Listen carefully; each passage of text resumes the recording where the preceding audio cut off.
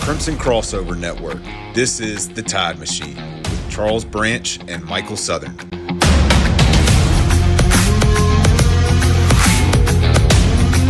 Welcome back into The Tide Machine. I am Charles Branch. This week, it looks like I'm joined by Alabama head coach Kalen DeBoer. Excited to get into your recent victory over Vanderbilt, Coach DeBoer. Coach, how are you doing tonight? Good. And as you need to respect the power of the black hoodie. So That's it is right. real. It is real. It is a thing. As long as you believe in it, then it works. Yeah, so for those of you that are listening on Apple or Spotify, just to don't adjust your dials. That was Michael Southern, but he is sporting the black hoodie, which has been very successful. I know it got a lot of flack early on in Coach DeBoer's tenure, but I think we both agree going forward, bring that thing out as much as you can, because it seems to have some winning power within it currently. Well, Nike needs to reissue it because what DeBoer wears is the 2024 sideline edition. And apparently you can't buy those anymore. They're out of stock on every website. And there's none in Tuscaloosa because I look. There's none in Alumni Hall or Bama Fever. So there's a plug for those two spots, but they don't have it. So they need to reissue the 2024 sideline version of this for everyone. You remember Bill Snyder at Kansas State? Yep. So I don't remember what season it was, but he wore a, purple, he wore different stuff, but for one game he wore a purple jacket and it had a Cotton Bowl logo on the back of it from 3 years prior to the actual season they were in. And I remember he got a lot of flack for wearing that it wasn't more current.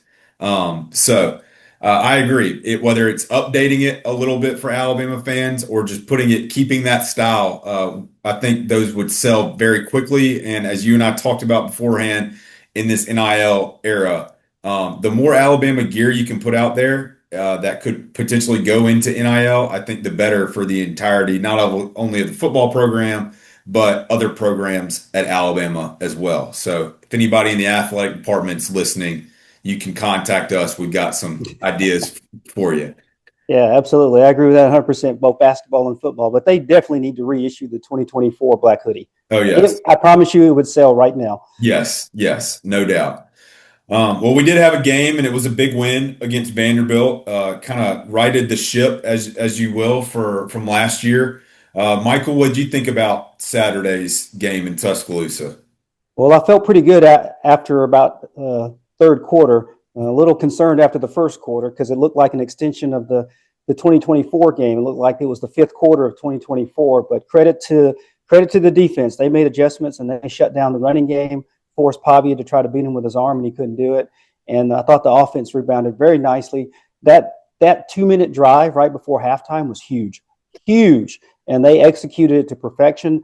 You can tell they actually work on that a good bit. So that was very nice to see.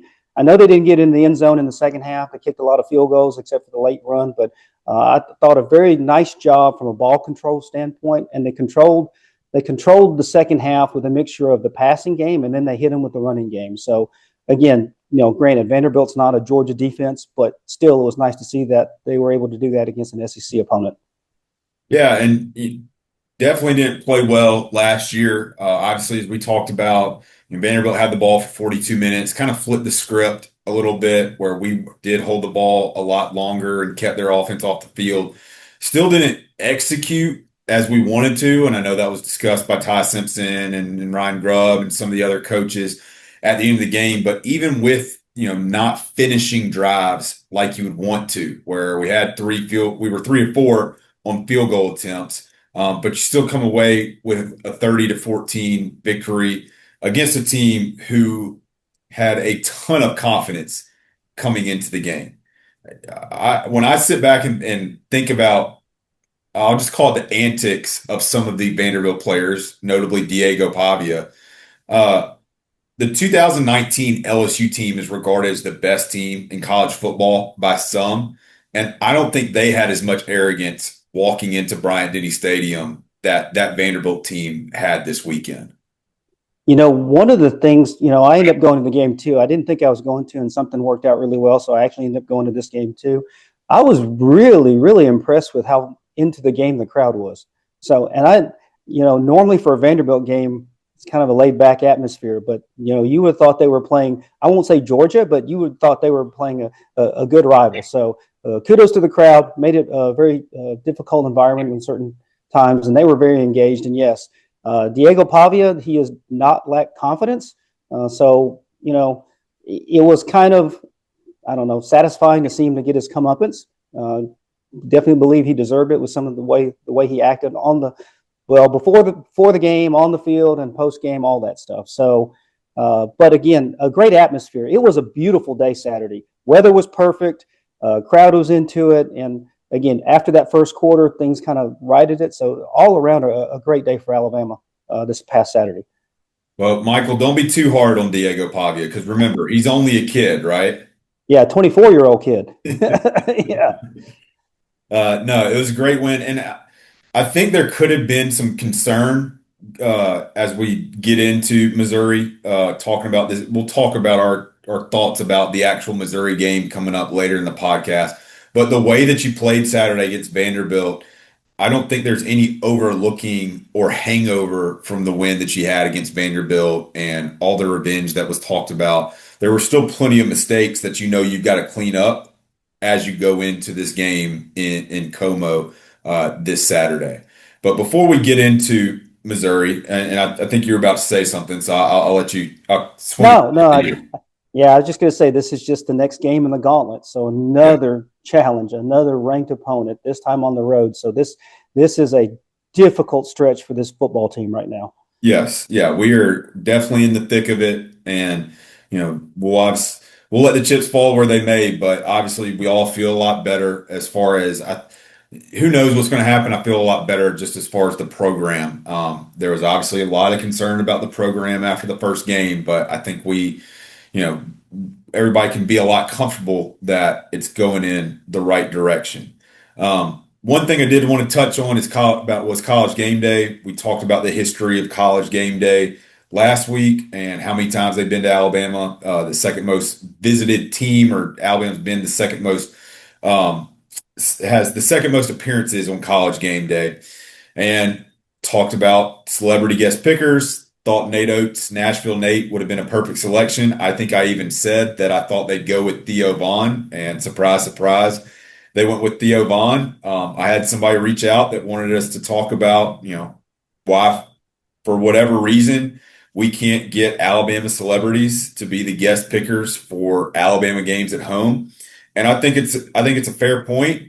Um, I thought, did you see the clip from Reese Davis when asked about Theo Vaughn being the celebrity guest picker for this week? I I heard about it, but I have not heard the full contents of what Brees's response was. I'm assuming he's going to talk about the social media influence that someone like Theo Vaughn has, because again, that's what ESPN's after. They know there's a certain thing that ESPN needs, and it's the same reason Pat McAfee's on the show is on there too. So I understand from that standpoint, and I also understand from the fan perspective. Like, hey, you are College Game Day, you are in Tuscaloosa. We would have expected a celebrity picker with at least some kind of Alabama, ties. I mean, we've had Sean Alexander, Julio Jones, Jesse Williams was in town. I 100% would have supported Nate Oates. I would have loved to see him come out there and been the guest picker. So I know we've had Mitz Terry last time that she's done that, and that's a great one. But we expect that if you're going to come to Tuscaloosa, we want to see a celebrity picker with Alabama ties. I don't think that's too much to ask.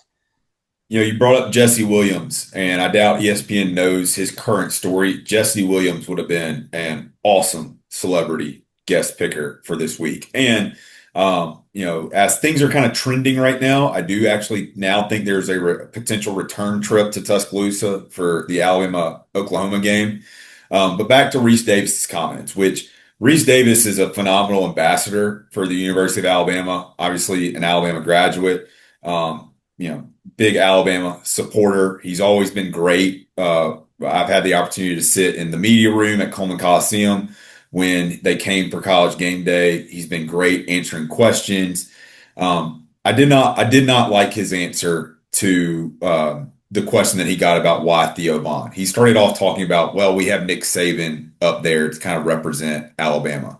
And if that's the line that you want to go with, then there should never be a celebrity guest picture picker when you go to Ohio State because you got Kirk Herbstreit up there, or when you go to Michigan because you got Desmond Howard up there, and now when you go to West Virginia because you got Pat McAfee up there. So I, I didn't like that answer, but to give Reese Davis some grace, not only is he a great Alabama ambassador, I know his daughter got married that Sunday, so it's probably been a whirlwind for him going from college game day location to having a wedding to then getting back to Tuscaloosa and all that. But just because Nick Saban is up there doesn't mean that we can't have celebrity guest pickers. And I think fans, not only Alabama fans, I think some more casual, just football fans might like seeing a former Alabama Nick Saban player up there with Nick Saban and having them compete back and forth with their picks. I mean, we don't have Lee Corso anymore saying not so fast, my friend. Can you imagine one of Nick Saban's former players having a different pick than what he did? There might be some scolding that came along with that. So again, it wasn't a huge surprise. I think game day was pretty much set up, even though it was in Tuscaloosa, really to honor Vanderbilt and the season that they were having at the time. But it is a long list that now includes Theo Vaughn, but includes people like Brian Wilson, who was an LSU graduate picking the Alabama LSU game in Tuscaloosa, Bobby Bowden, Eric Church, Rick Ross, these people that don't really have ties to Alabama, but they get to have that spotlight when we're in Tuscaloosa. So I know there's some frustration about it, and I totally understand the frustration from Alabama fans that we don't get to have one of our own celebrities up there choosing the games. I wouldn't underestimate either ESPN top tier PR and management forcing that narrative down, asking Reese to say something along those lines. Wouldn't Oh yeah. surprise me. It wouldn't surprise me one bit. I don't think that's probably the Reese Davis answer deep down. No, and I think that's a great point. I think if you watch the video and watch him answer it, you can tell that he's trying to use somebody else's words to Yep. explain the point because we know how Yep. good he is with his words and telling the story. And I've obviously listened to him give answers. So I would agree with that. He was told something that he basically had to say to try to excuse ESPN's decision of picking Theo Vaughn. But you know what? I guess at the end of the day, Theo Vaughn had a front row seat to watching his team lose. So, no, So did Johnny Manziel. They both had front row seats. yeah, exactly. Exactly. Um, well, as we move on into Missouri, not a deep history between Alabama and Missouri. And, Missouri just coming into the SEC recently when we expanded and brought Missouri and Texas A&M into the conference. But one of the games we wanted to talk about was actually the first game in Columbia, Missouri in 1978. And it was also the first game between ranked Alabama and a ranked Missouri in the series. All the reports that I've read about the game always start off with it was a really, really hot day. So it must have been really hot for it to be the first narrative or first line in everything that I've read in relation to the 1978 game against Missouri in Columbia. Well, I think that one is also early September. Alabama was 1, Missouri was 11, 11. and that was again that ended up being a national championship season for Alabama. And they had we talked about this off camera, but that was a gauntlet of a non-conference schedule that year: USC, Nebraska, Virginia Tech that they played, and then if I look at it correctly, I know Alabama's has only played Missouri 8 times, but they're undefeated in Columbia at the moment. Don't want to jinx it, but they've got a nice 3-0 record. Of course, that spread out between 1978 and now, but they've had success up there. Yeah, a lot of success and had a lot of early success in that game too. Jumping on the Tigers 17-0 in the first quarter. Major Ogilvy had the first touchdown of the game. I know as we talked about with our favorite players a couple weeks ago, he was on your list.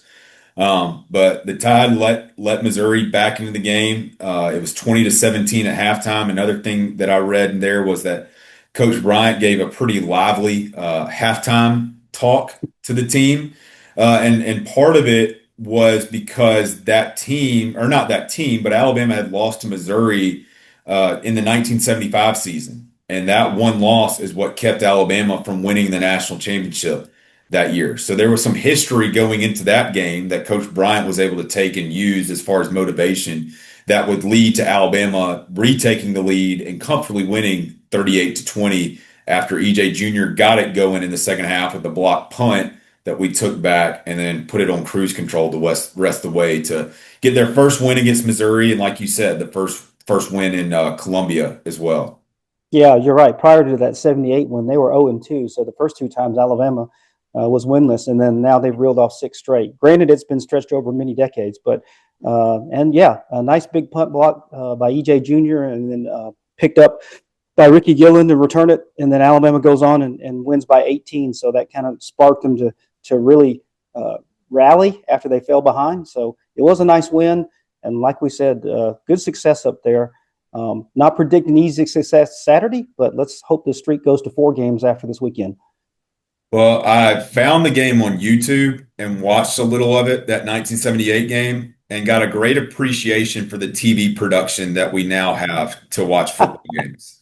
Um, Yeah, you probably, I know you didn't see a score anywhere, so you're trying to understand what part of the game you're at and what the score was. Not only did I not see a score, I was missing half the plays at times because the camera work was not at its best. So, but I guess that's what you get when you don't have as many cameras as you do now at these college football games to be able to get every angle. But the production from 1978 to 2025 has greatly improved as it relates to college football games. The greatest thing ESPN ever did I can't remember if it was, I think it was mid to late 90s when they put that little score bug up in the corner. So whenever you flipped to the channel, you instantly saw what the score, the quarter, and the time. And that's the best thing that any production crew has ever done when it comes to football.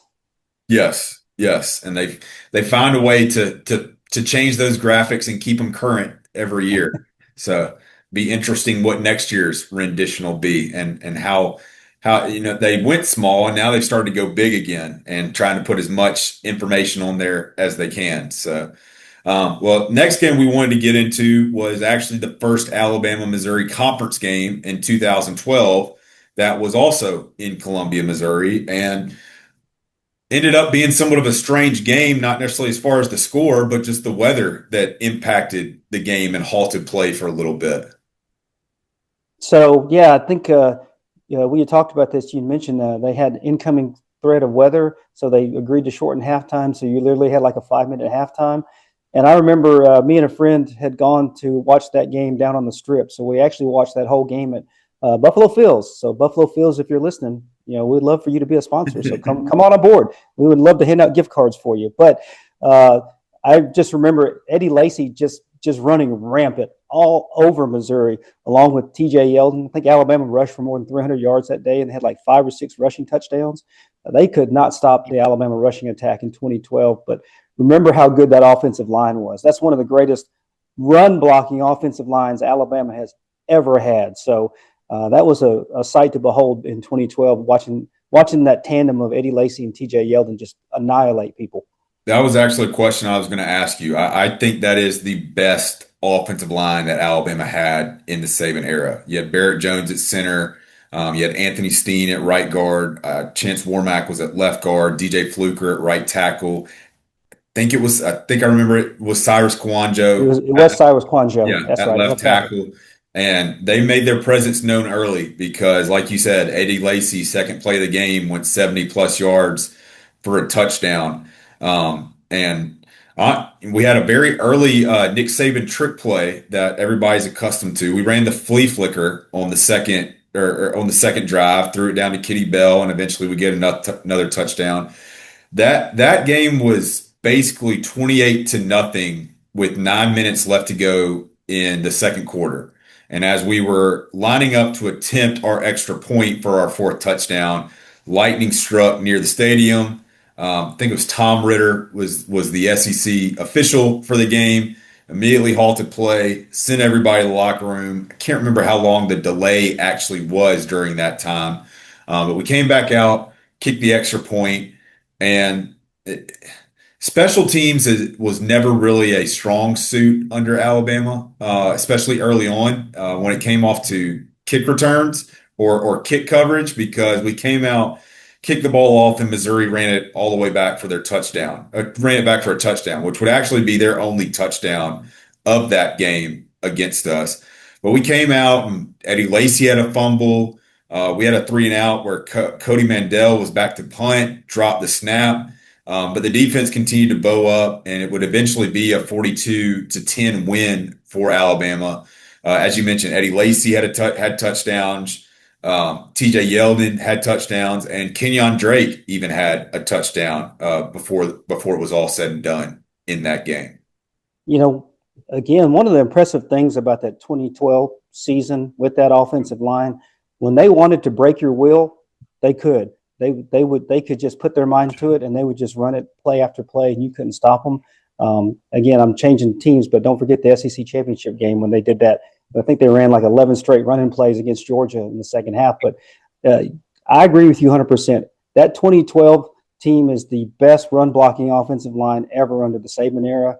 Um, I'm going to say Missouri is nowhere near close to that, although they like to run the ball. But that 2012 team was a fun team to watch just because of the physicality that they brought when they wanted to bring it. When they wanted to flip the switch, it was over. You couldn't stop them, and that was an impressive sight to behold. Just briefly talking about that SEC championship game against Georgia, that's when you brought up, running the ball and when they needed to run the ball. I was about to bring up the same thing because that was the year, Georgia blocked the field goal and went up 2 scores with us. And like you said, we came out and said, we had AJ McCarron, we had an experienced quarterback, we had Amari Cooper on the outside, but we basically ran it right down Georgia's throat and got back into the game. And of course, what a lot of people will remember of that game on the offensive side, maybe the last play of the game, or not the last play of the game, but toward in the fourth quarter, AJ McCarron hitting Amari Cooper for a 40+ yard touchdown pass. But it really was the running game that took over, got Alabama back in the game. And of course, fortunate that defense bowed up where they needed to, got the tip pass. Georgia caught it, stayed in bounds, and the rest is history. And would eventually go on and take care of Notre Dame down in Miami with that incredible offensive line and add another championship to the trophy case. They did the same thing to Notre Dame that they did to most every other opponent that year. They just took their will. Eddie Lacy just ran right through them, and so did TJ Yeldon. Again, that for a lot of the teams, that 2012 team again was just fun to watch just because of what they could do, and it was fun watching teams not be able to stop it. Honestly, Yeah, yeah. I mean, you could have put 11 guys in the box, and I think with that offensive line and the running backs that we had at that time, and not just the offensive line, I should throw Michael Williams in there as well as far as a tight end. Um, Trying to remember if Kelly Johnson or Jalston Fowler would have been some of the H backs or the fullbacks at that time. But not just the offensive line, but your tight ends and your H backs and your fullbacks did a phenomenal job paving the way for Eddie Lacy and TJ Yeldon during that season. no, fun time. Look, Alabama's a different type offense now, so it's not like that. But they also have been able to control the tempo these last couple of games. They're just doing it a different way. So whatever wins is fine by me at this point.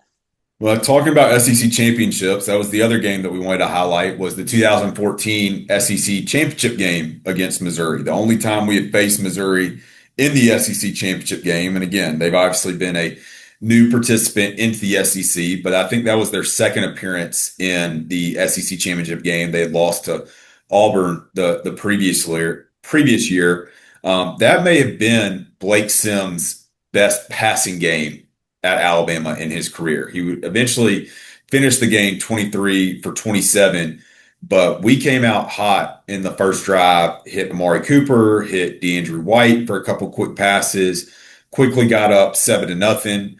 Next couple drives kind of stalled out on offense until we finally, what we thought broke the game open, hitting DeAndre White for a deep pass. But that game actually went into the fourth quarter 21-13 Alabama, and eventually for finally broke it open with 3 late touchdowns.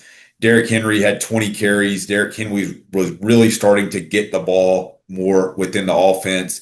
He'd kind of come onto the scene in the Sugar Bowl against Oklahoma the previous year, but he was still behind TJ Yeldon as far as the depth chart.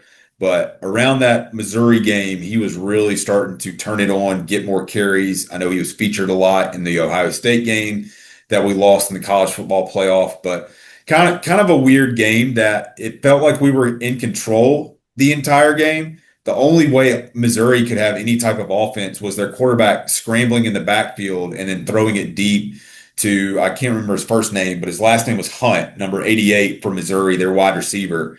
And they had 3 or 4 plays like that where they would flip the field and get in field position, or one drive they did have a touchdown, but it ended up being a very comfortable 42-13 SEC championship victory for Coach Saban in 2014. Well, it's funny, that 2014 team had several games like that, where by the time the game ended, Alabama just pulled away, but they didn't quite pull away until late third quarter or fourth quarter. And the SEC championship game was very similar. And then the other kind of ironic thing is, you remember when Texas A&M and Missouri both joined and they came to the conference in 2012, and everyone was trying to guess, how soon one of them could get to the SEC championship game. No one would have pictured that Missouri would make 2 appearances and Texas A&M is still here waiting to finally make an appearance. So that was a really big surprise to see them make 2 quick appearances like that. But that was a really great second half by Blake Sims. And then yes, you loosen them up a little bit with Blake Sims, and then all of a sudden you bring in the sledgehammer Derrick Henry at the end to put the finishing touches on it. So that was a good SEC championship game win for them. Again, a little surprising that Missouri came out of the East, but a good day for Alabama. Wish they would have capitalized in the playoff, but that's okay. That's a story for another day. Yeah, that's a hopefully a future Time Machine episode where we get to preview Ohio State and talking about the history there. Because if that happens, it'll be done in the college football playoff this year. So we'll Well, we can talk about the 2021 BC or college football playoff championship game against Ohio yeah, State. we'll We'll do definitely that one. talk about that where Smitty Yeah. ran all over the Buckeyes. But one of the things that was always kind of talked about in those 2 games against Missouri early on was the relationship that Gary Pinkel and Nick Saban had together. And ever since really around that time, I know Gary Pinkel retired, and they had Barry Odom, and now they're on to Eli Drinkowitz, and it's a little bit of a change of the guard in Missouri. But Drinkowitz has done he was kind of teetering on the edge a little bit, but with the start this year and how they played last year, and I think the year before that, Missouri has picked up some momentum as far as their football program and getting back to where they were prior to joining the SEC, where they were a team that was consistently in the top 10, top 15, and in the BCS discussion and some of these New Year's Six bowl games in at the early turn of the century.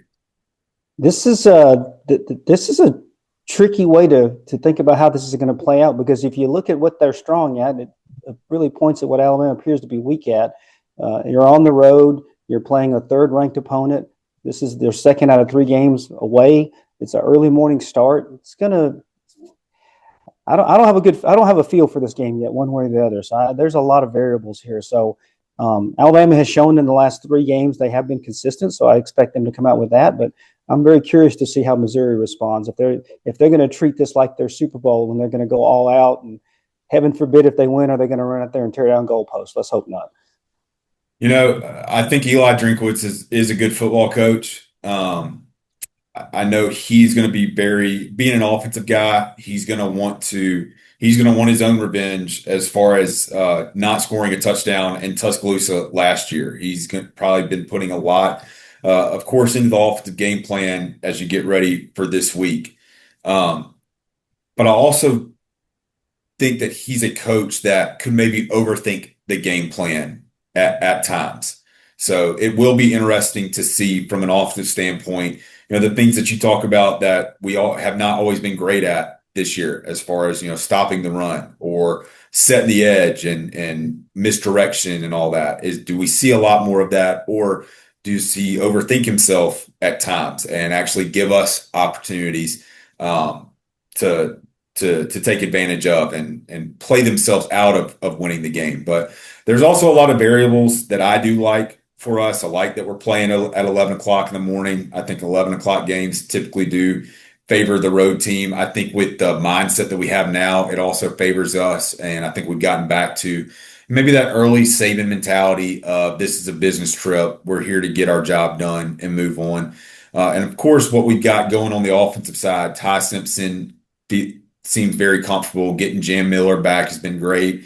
The emergence of Jeremy Bernard, the infection, you can't just worry about Ryan Williams. You got to worry about Bernard, and that's not to slight Horton or Brooks either. Those are two guys you have to worry about as well. But what I feel like I'm starting to see more and more from this Alabama team, and I think it showed up too against Vanderbilt, was just not only the team but the coaching staff and Kalen DeBoer being much more comfortable in their roles and what they're supposed to do.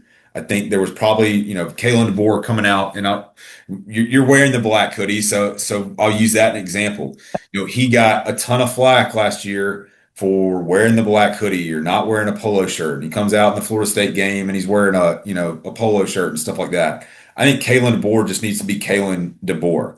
As much as people talked about that he was kind of sitting back and all that, Coach Saban would sit back a lot of times too when things were not going our way. Yes, he'd be fiery and feisty when he needed to be, but there was a lot of times where he wouldn't panic. And I don't know if that was DeBoer trying to be somebody else than what he was, but we've obviously seen a lot more fire from him as well. And I think he's just becoming more comfortable being the Alabama coach and knowing that this is his role, this is his job, this is his team, and this is his program, and he needs to do what he thinks is going to be successful, from calling plays all the way down to whatever he wears on Saturdays. I agree. I think what you see right now in these last three games from Alabama, this is Kalen DeBoer's Alabama team. This is probably what Greg Byrne thought he would see maybe a little bit earlier, but I still think you had a little bit of the Saban imprint versus the introduction of DeBoer. You still didn't have Ryan Grubb. So the first year was just kind of just a mismatch of all kinds of variables going on. This one is coming into focus now, at least from what I see. You see consistency now in the last several games with their attack on offense. I think there's a much more comfort level. Look, don't underestimate the return of Jam Miller, not from just pure production, but from pass protection. I think they're really much more comfortable calling more plays if they've got Jam back there for max protect. So I think that has helped quite a bit. But this is Kalen DeBoer's Alabama team now, and I can see the vision of it now. Wasn't quite sure last year. It was kind of like all over the map, helter skelter. But you can see what they want to do now, at least offensively for sure. And I'm down with it. I'm perfectly fine with what they're doing. You can control the time of possession, and you can put together drives many different ways, and that's what they're doing right now. They're doing it with a short passing game and then taking some big shots, and they're not doing it with the running game, but it's still the same outcome. Well, I guarantee Kalen DeBoer heard it because I heard about it before we even hired Nick Saban. It's what people talk about, the transition from Coach Bryant to Ray Perkins. Yep. He changed from Coca-Cola to Pepsi. He took down Bryant's tower. He did all these different things that he felt like he needed to do, whether it was to get out of Coach Bryant's shadow or just that's how he wanted it to be. There's no doubt in my mind that you had a bunch of people, whether they should have been or not, every time they'd meet Kalen DeBoer for the first time, probably telling him, "Hey, don't change this or don't change that." And he is following one of the greatest college football coach of all time. But back to kind of what we were just saying, like I think he has found what fits for him, and that's just him being him. Whether it's wearing, black hoodies and black pants on the sidelines, whether it's being a little bit more fiery and getting in guys' faces and stuff like that. Whether it's jumping on the officials if he needs to. He just looks so much more comfortable, not just on the sidelines, but I think even in it, you can pick it up in his press conferences too. Just how he answers questions and things like that. And him being more comfortable obviously is going to feed into the team being more comfortable when they play and allow them to play a lot more looser and not play timid, which was a huge problem in that first game, like we talked about. I think the first tour of duty through life on the SEC on the road. I mean, I think obviously that took some adjustment because playing on the road in the SEC is not like playing on the road in the Pac-12. It's a totally different animal. So I think we're starting to see the results of that now. I think he has a better understanding of how to prepare, what to expect. It's not a surprise for him now. And he's a smart guy. So you can't tell me that he's not going to adjust and figure things out. He wouldn't be successful if he couldn't do things like that. So I like the path we're headed on. Doesn't mean we're going to go undefeated. The schedule's tough. There may be one or two losses on the road, but I don't think you'll see some of just, I don't know, when the team just looked lost last year. I don't think you're going to see that for the rest of the year. They may get beat, but I don't think it's because it looks like they didn't know what they were doing. Well, it'll be an 11 o'clock kickoff on ABC. My favorite TV analyst, Joe Tessitore and Jesse Palmer, will be calling the game. So I will say a prayer for everybody's ears, and hopefully they aren't bleeding at the end of the game. Still think we should be able to, hopefully after this year, ESPN will make a move and we can get a better crew because the SEC deserves it than those two. But excited about the game, excited to watch this team continue to prove. And of course, we're focused on this game, but I think next week is going to be a fun week as well, talking about Alabama, Tennessee, the third Saturday in October.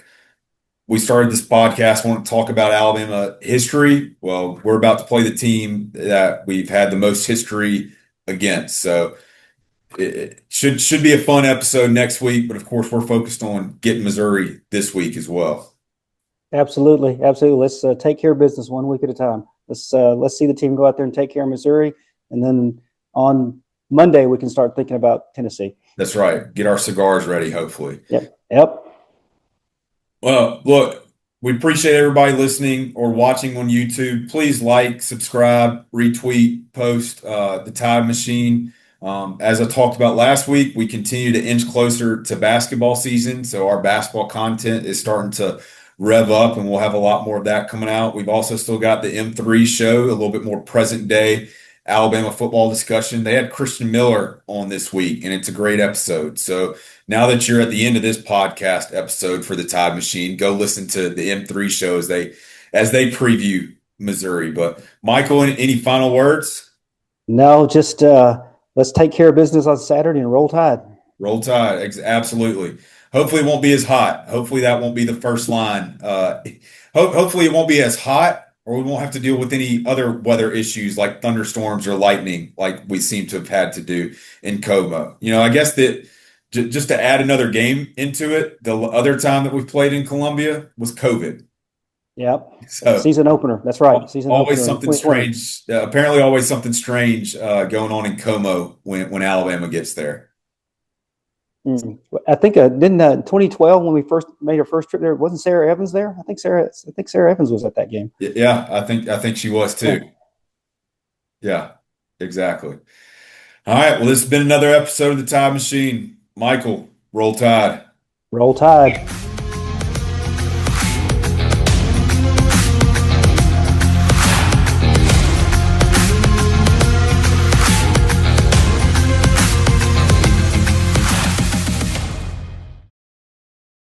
The Paul W. Bryant Museum is a captivating destination for sports enthusiasts and fans of the University of Alabama football program. Located in Tuscaloosa, Alabama, the museum is dedicated to preserving the legacy of the legendary coach Paul Bear Bryant. The Paul W. Bryant Museum showcases a remarkable collection of memorabilia, including trophies, photographs, and artifacts that span Bryant's career and the rich history of Alabama football. Visitors can explore interactive exhibits and learn about the team's storied past, making the Paul W. Bryant Museum a must-visit for any football aficionado. Fans can also experience exhibits highlighting success of both the Alabama men's basketball and women's softball programs. Open Tuesday through Sunday. Plan your visit today and experience the rich tradition of Alabama athletics. Roll Tide.